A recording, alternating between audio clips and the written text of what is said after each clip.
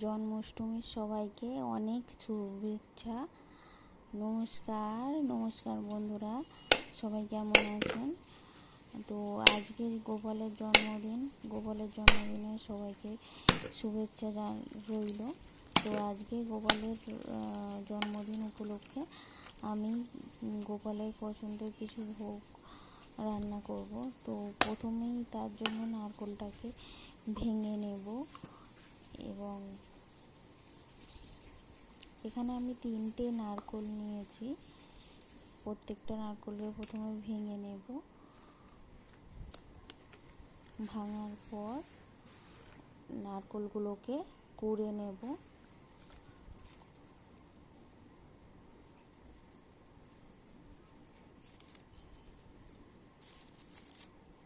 তো সকাল থেকে ওয়েদারটা প্রচণ্ড বৃষ্টি হচ্ছে, তো সবই ঠিক আছে। যদি রামধনুটা উঠতো তাহলে আরও ভালো লাগতো, তো আরও দেখতে ভালো লাগতো যে আজকে কৃষ্ণের জন্মদিন। প্রতি বছরের মতো আজকেও রামধনু উঠেছে। তো আকাশ এতই মেঘলা যে রামধনু তো দেখাই যাচ্ছে না, মুষলধারায় শুধুমাত্র বৃষ্টি হচ্ছে। তো আমি নারকেলটাকে কুড়ে নেব।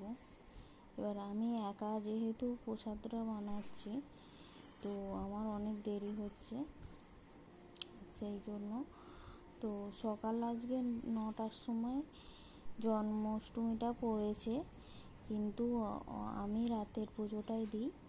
তো আমার বাড়িতে গোপাল নেই, গোপালের এখনও ইচ্ছা হয় না আমার বাড়িতে আসার। গোপালের যখন ইচ্ছা হবে সে নিশ্চয়ই আমার বাড়িতে আসবে। তো আমি মন্দিরে পুজো দিতে যাই, প্রতি বছরই যাই, আমার ছেলে হওয়ার আগে থেকেই যাই আমি। তো এই বছর আমার যা আমাকে নেমন্তন্ন করেছে, ওর বাড়িতে গোপাল আছে, তো ওর বাড়িতেই আমি কিছু প্রসাদ পাঠাবো। তো তার জন্য আমি তালটাকে চেঁচে নেবো। তালের আমি দুটো করেছি, তালের পায়েস আর তালের ফুরুলি। তো আমি অন্য কোনোভাবে তাল চাঁচতে পারি না। মা কাকিমা যেভাবে তাল চাঁচতো আমি সেভাবেই চাঁচি। তো তালটা তো মাটিগুলো প্রচণ্ড বড়, আমি তো ধরতেই পারছিলাম না। তো তালের অনেক রেসিপি আছে, কিন্তু এই যে তাল চাঁচাটা প্রচুর সময় সাপেক্ষ আর কষ্টেরও অবশ্যই। আমি তো তালের খোসাগুলো ছাড়াতেই পারছিলাম না। তো আমি এইভাবেই তাল চাঁচতে পারি, আমি অন্য কোনো রকমভাবে তাল চাঁচতে পারি না। তো আজকে শুনছিলাম যে তাল নাকি 80 টাকা করে বাজারে বিক্রি হচ্ছে। তবে আমি এটা কিন্তু 80 টাকা থেকে নিইনি, আমি এটা 10 টাকা থেকেই নিয়েছি। 10 টাকা করেই নিয়েছি। দেখুন, এইভাবেই আমি পুরো তালটা চেঁচেছি। তো আমার অনেক সময় গেছে, কারণ আমি অত তাড়াতাড়ি পারছিলাম না। তো এইভাবে আমি করে নিয়েছি প্রত্যেকটা আঁটি। তো এই দেখুন, এতটা তাল হয়েছে। তো আমার বেশি তাল অবশ্য লাগবে না, কারণ ফুরুলি আর তালের পায়েস বানাবো। তো তালের পায়েসে বেশি তাল লাগে না। আর তো সেই জন্য ফুরুলির জন্য প্রথমে সামান্য ময়দা নেব। ময়দার পর চালের গুঁড়ো,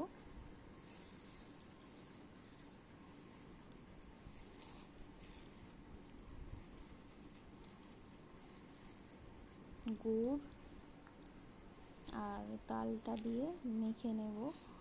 নরম করেই মাখবো, একদম নরম না। তো যেভাবে বড়া কাটা যায় সেইভাবে মাখবো।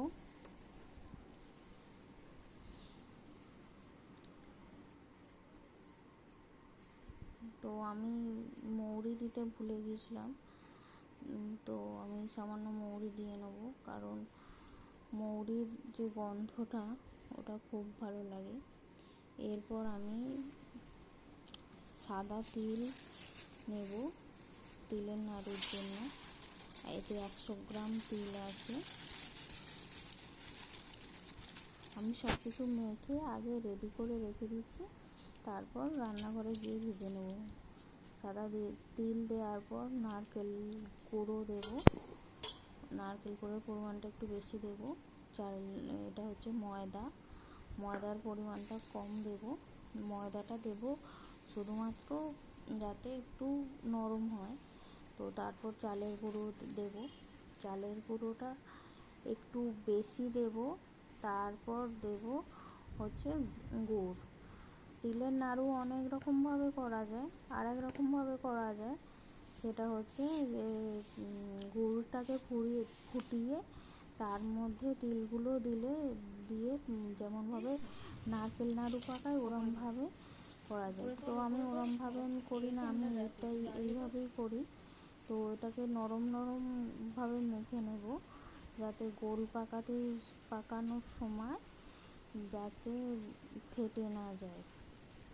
তো এই দেখুন, এইভাবে আমি একটা গোলভাবে বানিয়ে নেব। তো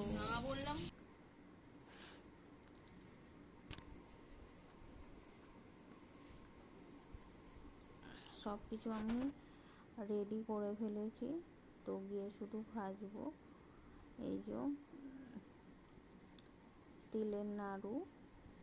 এরপর আমি মালপোয়ার জন্য প্রথমে খানিকটা সুজি দেব, আর তারপর ময়দা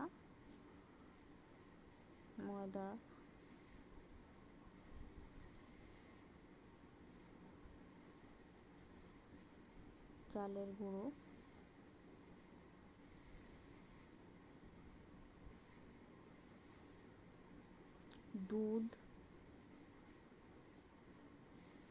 দুধ দিলে একটু নরম হয় আর খেতেও ভালো লাগে। তারপর দেব গুড়।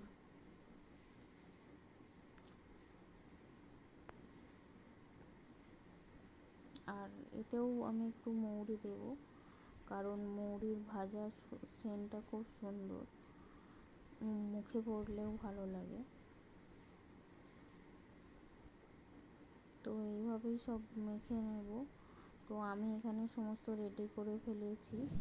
যেমন এটা তালের পায়েসের জন্য রেডি করে ফেলেছি, তিলের নাড়ু, এখানে মালপোয়াটা মেখে রেখেছি, তালের ফুরুলি। তো প্রথমে আমি তালের পায়েসটা করবো। তো এতে দুধ আর তাল দেয়া আছে, অন্য কিছু দেওয়া নেই। তো এতে দুটো আমি এলাচ ভেঙে দেব, যাতে এলাচের গন্ধটা আসে। তো এটাকে হাই ফ্লেমে করতে হবে, কারণ এটাকে পুরো শুকনো করে দুধটাকে শুকিয়ে ফেলতে হবে। তো এইভাবে করার মধ্যে করে এইভাবে করে রাখতে হবে, করে বসিয়ে রাখতে হবে। ঠান্ডা হলে তবে পিস পিস করে কাটা যাবে, না হয়তো কাটা যাবে না। তো তারপর নারকেল নাড়ুর জন্য আমি করব। তো নারকেল নাড়ু, তাতে গুড় আর এলাচ দিয়ে মেখে করব। তো চিনির নাড়ুও ভালো লাগে। তো আজকে আর চিনির কিছু করিনি, না গুড়েরই সমস্তটা করেছি।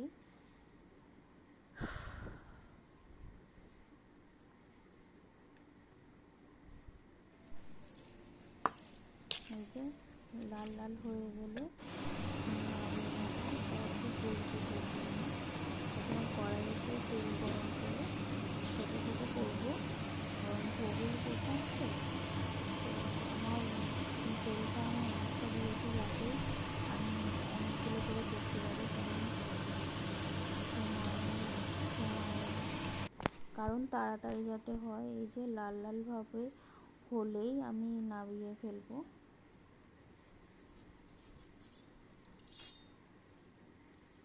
তো তো ওই তেলেতেই আমি তিলের নাড়ুগুলো ভেজে নেব। একটা একটা করে নাড়ুগুলো আমি দিয়ে দেব।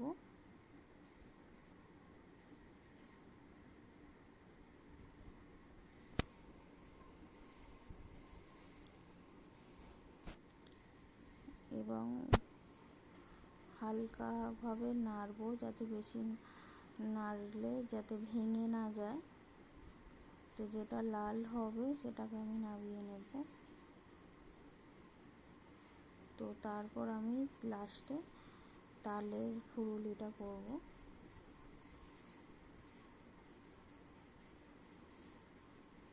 তালের ফুরুলিটা করার সময় প্রচণ্ড তেলটা প্রচণ্ড গরম হয়ে যায়।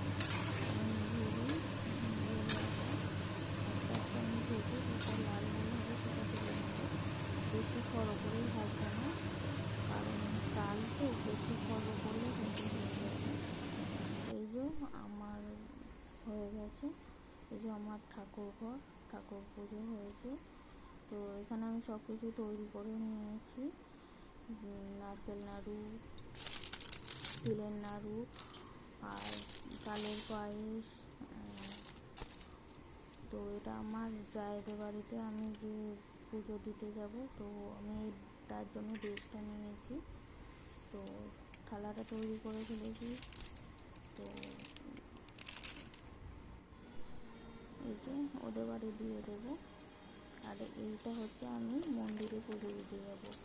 প্রথমে ভাজাগুলোকে আমি করে নিয়েছি, তারপর ধূপ বাতি, নিচে ফল আছে, আর এই হচ্ছে মুকুট। আর এই ড্রেসটা হয়নি, মন্দিরে অনেক ভিড় আর বৃষ্টি হচ্ছিলো বলে আমি ক্যামেরা করতে পারিনি। তো এই তো আমার পুজো দিয়ে এসে এই যে প্রসাদ হয়েছে।